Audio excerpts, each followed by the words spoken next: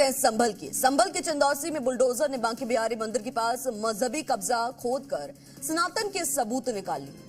यहाँ प्राचीन मंदिर के करीब जमीन में एक बावड़ी दबी हुई थी और करीब 200 साल पुरानी इस बावड़ी के आसपास मुस्लिम बहुल इलाका है। यहाँ बावड़ी को धीरे धीरे मिट्टी भरकर जमीन के नीचे दबा दिया गया और अभी इस बावड़ी की तस्वीरें कुछ ऐसी दिख रही हैं। ये बावड़ी करीब 3 लेयर्स की बताई जा रही है, इसलिए संभव है कि पूरी खुदाई होने के बाद ये कुछ इस तरह से दिखाई दे। देखिए,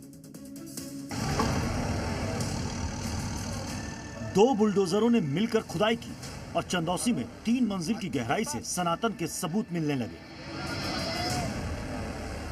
चंदौसी में प्राचीन बांके बिहारी मंदिर के करीब ही सैकड़ों वर्ष पुरानी एक बावड़ी मिली है। पहले देखने में यह मिट्टी के नीचे दबा एक साधारण प्लॉट लग रहा था, पर जैसे ही बुलडोजर ने पंजा लगाया, मिट्टी हटाई, तो जमीन के नीचे एक मजबूत बावड़ी का स्ट्रक्चर निकला। संभल के चंदौसी में लक्ष्मणगंज का इलाका है जहां पर ये बावड़ी मिली है। काफी प्राचीन बताई जा रही है और बताया 100 वर्ष पुराना होगा, लेकिन इंक्रोच कर इसे पाट दिया गया था मिट्टी से। लेकिन प्रशासन को इसकी जानकारी मिली, जिसके बाद इसकी खुदाई यहां पर शुरू हो गई है। खोदने का काम और तेजी से आगे बढ़ा तो बावड़ी का पूरा नक्शा सामने आ गया। पहले जमीन के नीचे बनी दीवार और दरवाजे दिखने लगे। इसे लगभग 150 से 200 वर्ष पूर्व निर्मित किया गया था। नीचे के 2 तल मार्बल के बताते हैं, ऊपर का ईंटों का अभी दिखना शुरू हो गया है। सबसे पहले ऊपर की मिट्टी हटाएंगे। अभी तो वर्तमान में जो क्षेत्रफल है उसकी हम खुदाई करेंगे और आसपास जो अतिक्रमण हो चुका है, लगभग आधा क्षेत्र 190 वर्ग मीटर का क्षेत्रफल अतिक्रमित है, उसको भी हम धीरे धीरे अतिक्रमण मुक्त कराएंगे। बताया जा रहा है कि बावड़ी का अंडरग्राउंड स्ट्रक्चर करीब 200 फीट से ज्यादा गहरा है और यहाँ 3 मंजिल नीचे तक बावड़ी का स्ट्रक्चर बना हुआ है।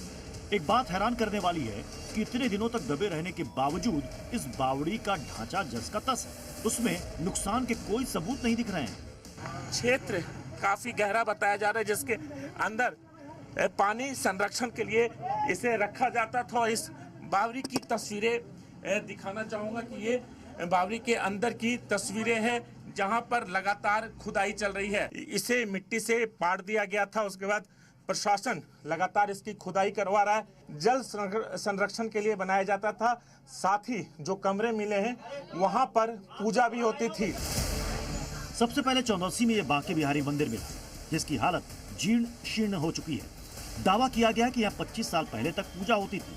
फिर इस इलाके में तेजी से डेमोग्राफी बदली, हिंदू यहाँ से हटने लगे, मुस्लिमों की आबादी बढ़ी और फिर धीरे धीरे बावड़ी गायब हो गई। ये तो यहाँ के लोगों ने, सारे लोगों ने पाट दिया इसको। अच्छा। ये मुस्लिम एरिया है, यहाँ लोगों ने पाट दिया। अच्छा, ये मुस्लिम एरिया है? जी। लेकिन नाम लक्ष्मणगंज है। हाँ जी, नाम लक्ष्मणगंज है। लक्ष्मणगंज बहुत पुराना नाम है ये, लेकिन यहाँ पे कोई रहता नहीं है, हिंदू आबादी को नहीं है, यहाँ पे सब मुस्लिम आबादी रहती है। नहीं, हमने नहीं देखा, लेकिन जो हमारे बुजुर्ग हैं वो ये बताते हैं कि ये बावड़ी काफी पुराना है, सन 57 का बताते हैं ये बताते हैं कि ये इसका एरिया जो है कम से कम 600 वर्ग फीट के लगभग का है। अच्छा। और जो बताते हैं कि पहले जो जब वो छोटे थे बच्चे, मतलब तभी यहाँ पे बचपन में खेलने भी आते तो नीचे आराम से घूमते भी थे। अब हिंदू आबादी नहीं है, पहले हिंदू आबादी थी, अब 2 या 1% हिंदू आबादी है, बाकी सब मुस्लिम आबादी है टोटल। सबसे पहले चंदौसी में प्राचीन बांके बिहारी मंदिर मिला। इसके बाद राजस्व विभाग ने पड़ताल की, जिसके बाद सालों पुरानी बावड़ी का खुलासा हुआ।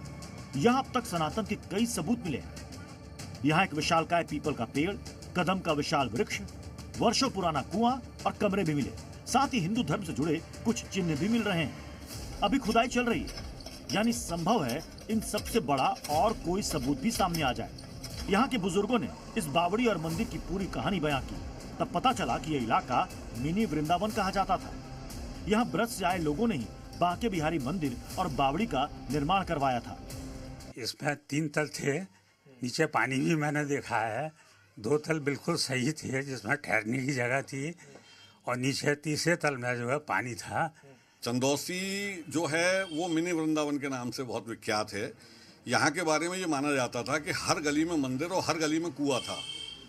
तो समय के साथ सब कुएं तो सूख गए और फिर लोगों द्वारा उन पे अतिक्रमण कर लिया गया, या अभी भी हैं वो, और उन पे ऊपर मलबा भर गया है।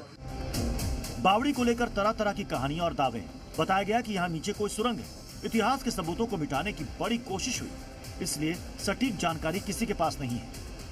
जब हम छोटे छोटे थे तो बॉल निकालने जाया जाते थे, तो कोई इसके अंदर कमरा वमरा नहीं है, सीधी एक सीढ़ी थी और साइडों से जाके दर थे। डर थे, केवल आने जाने की रास्ता थी, बीच में कुआं था। सर हमने भी सुना है कि सुरंगें देखा पहली बार है। हम पहले छोटे बच्चे थे, जब खेलने आते थे यहाँ पर, तो यहाँ टार थी, पहाड़ टाइप के थे, और यहाँ पे ये चीज़ हमें देखी थी।